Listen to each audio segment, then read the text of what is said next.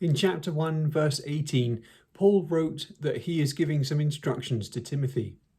The first began in 2 verse 1 on the topic of prayer. In chapter 3, he moves on to leaders in the church. He does not discuss the specific roles of these leaders. Instead, he focuses on their character. It is presumably taken for granted that some skill is recognizable in a candidate, whether it's teaching or administration, and so on. But of greater importance is character, and with character comes reputation. Reputation, especially to the outside world, is important because good and worthy citizens are less likely to be troubled by the authorities. It may be sometimes that trouble from the authorities can't be helped, as the word of God clashes with the world, but unnecessary problems can also be avoided. A good reputation also makes the community, and therefore the gospel message, more attractive and commendable. As Jesus said in Matthew 5:16, in the same way, let your light shine before others, so that they may see your good works and give glory to your Father in heaven.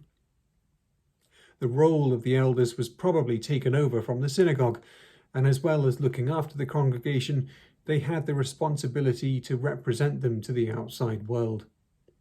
Elders are often referred to in the Old Testament, and they featured as leaders in Greco-Roman life as well. Another important reason for emphasizing character is so that the leaders can be good examples. They can show what a godly life looks like and what the fruit of it is. They are not just to give sound teaching, but to display sound living. The qualities for deacons and elders overlap considerably, which is not surprising. Some of them were commonplace for leaders in the world in general, such as politicians, whose family life would also be evaluated. But each role or office also has something unique in Paul's list of qualifications. In verse 6, elders should not be recent converts, as they are more susceptible to pride. Perhaps this has been Paul's experience. It can take time for Christians to get to grips with their pride and the radical quality of humility, especially as exemplified by Jesus. Paul alludes to the snare of the devil, which is some kind of temptation.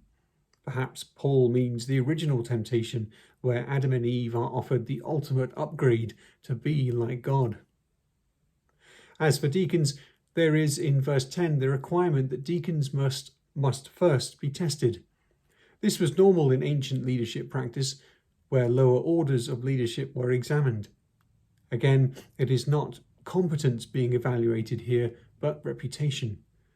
The testing involved would likely be along the lines of asking if the church was aware of anything unseemly or wanting in their behaviour. The term deacon means servant and goes back to Acts 6, when a number of gifted leaders were selected to handle some administration, so that the apostles could concentrate on preaching. But this does not mean that the deacons could not teach as well, and in verse 9 they are exhorted to hold fast to the mystery of the faith with a clear conscience. Women could also serve as deacons, and Phoebe is an example in Romans 16:1, although it is possible to understand women here as wives of the deacons. Elders were known by several terms which could be used interchangeably, such as bishop and overseer. And Paul describes the Ephesian elders in his farewell speech to them in Acts 20 as shepherds. The leadership situation in Paul's day was not as fixed and institutionalized as it later became. It seems as though the elders were responsible for their particular church, and it is only later that a bishop became responsible for groups of churches, with elders serving under him, thus moving from a two-tier system of leadership to a three-tier, with deacons, elders, and a bishop. The nature of their authority also considerably increased, with the bishop assuming complete control. As Paul in chapter 4 returns to the problems in the Ephesian church, it is clear why good, trustworthy leaders are so essential to the health of a church. The teaching must be sound and biblical, and they must provide examples of godly living. Mention is made of the heresies and hypocrisies which are rife in the church, and described in verse 1 as the teaching of demons. It is not clear what they are, but in verse 3 we are given some examples of the results of this teaching, which is a kind of asceticism in abstaining from marriage and also food, though probably along the lines of Jewish dietary food laws. These are not the conflicts of the Judaizers, which we have seen before. This is the problem of maturity and godliness. The leaders, Timothy especially, are exhorted to get rid of the bad teaching, which can either be obviously serious or just nonsense, such as myths and old wives' tales. This is why the link with godliness is so important, because the truth is not accuracy for accuracy's sake, but because it is to have tangible results in Christian lives, in their character and their behaviour. Paying attention to unedifying nonsense, or worse, lies and teachings of demons, can lead to the destruction of faith itself. Finally, Paul turns to Timothy more directly to encourage him. Timothy is not formally part of the church structure here, but is a delegate of Paul's apostolic authority. At this point, Timothy is somewhere in his late 20s to early 30s and still counts as a youth compared to the older members, even though he became a man in his early to mid-teens.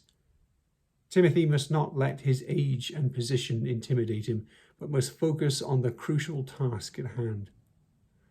His role and calling is bigger than he is, and Paul encourages him to remember the gift given him through prophecy by the elders. But with the gifting comes the language of effort, discipline, and diligence. In verse 7, Paul says, "Train yourself in godliness." In verse 15, he says, "Put these things into practice. Devote yourselves to them so that all may see your progress." And in verse 16, he says, "Continue in these things." Such training will ensure that any deceitful or worthless teaching which produces no godliness, but even threatens faith, will be easily identified and rejected.